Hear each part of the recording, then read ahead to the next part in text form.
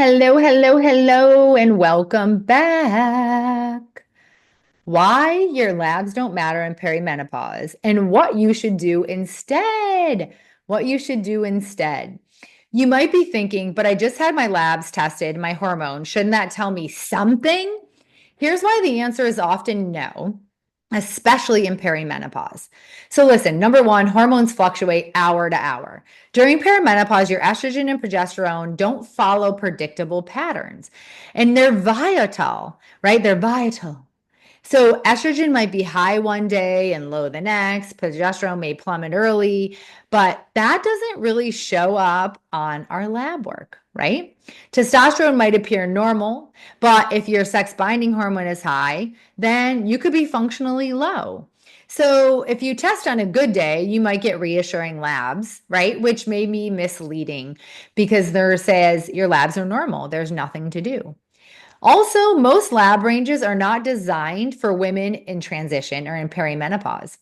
And we're not looking, if you know, and you're an astute clinician, we know that we're not going to see a lot of changes in lab value early on in perimenopause. Now, in postmenopause, right, and menopause, right, and beyond, yes, we do, because all of those labs, all of that estrogen goes bye-bye. Right? It goes bye-bye, but not in perimenopause. In perimenopause, you're still having cycles, right? In early perimenopause, we're having regular cycles. So we are getting progesterone. We do have estrogen, right? But what is going on with it, right? It's volatile. It's declining. Your body's not responding to the same, right? So perimenopause, especially early perimenopause, the labs are really not beneficial. As we move to later perimenopause, sometimes the labs can help us, or we say that we can see the lab work shows that we're getting into later perimenopause. But what is this based on? This really is based on symptoms, right? What are the symptoms you're having? What are you having in menstrual pattern changes? Are you early? Are you later perimenopause, right? And we look at mood, we look at sleep, we look at your symptoms. The labs aren't that helpful, right? They're not really helping us. We're here to treat your symptoms, right? If you feel awful, you're anxious, you're bloated, you're exhausted, but your labs look okay, well, we don't care about your labs, right? And those are the things that we need to understand as women, that checking our labs is good. Okay. So we can check the hormones, we can check the thyroid, we should check for vitamin D. We should check, make sure that we're not anemic, right? We don't have vitamin deficiencies, but really we need to treat the symptoms, right? We need to treat the symptoms, and our labs most likely will be normal. Hormone labs will be normal in perimenopause. So that doesn't mean that you don't need something. That doesn't mean that you don't need treatment.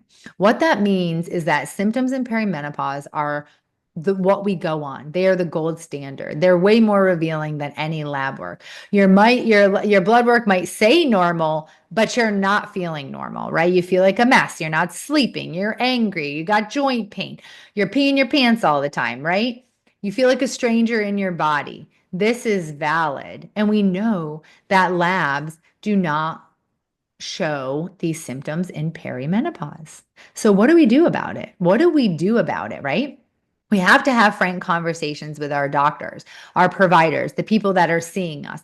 If you feel this way and you're saying, I know something is going on in my body, and they look at labs and they say your labs are normal, you say, what do we do about the symptoms that I'm having? What do we do about the symptoms that I'm having? There is power in knowledge. And today you need to know that your labs most likely are going to look normal in perimenopause. So, what is the next step? Okay, what is the next step? Check out our video that we did on how to talk to our doctor. We give you some really good insight and tips on if your labs are normal, what do you say? How do you talk to your doctor? How do you get them to listen and address your symptoms? If you're here in Florida, if you're in New York, if you're in Texas, please, please, please join us here at Lesh. We would love to see you. We know your labs aren't normal. We would love to help you.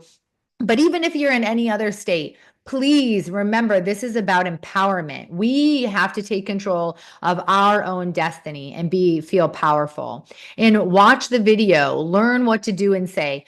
comment, leave a drop your email in the comments, and I will send you a guide on how to talk to your doctor or provider when they say my labs are normal. What do I say? What do I do? Okay, because we can help you. All right. Follow the Instagram at lesh.life.style. We have got plenty of tips and tricks there. And listen, until next time, stay well.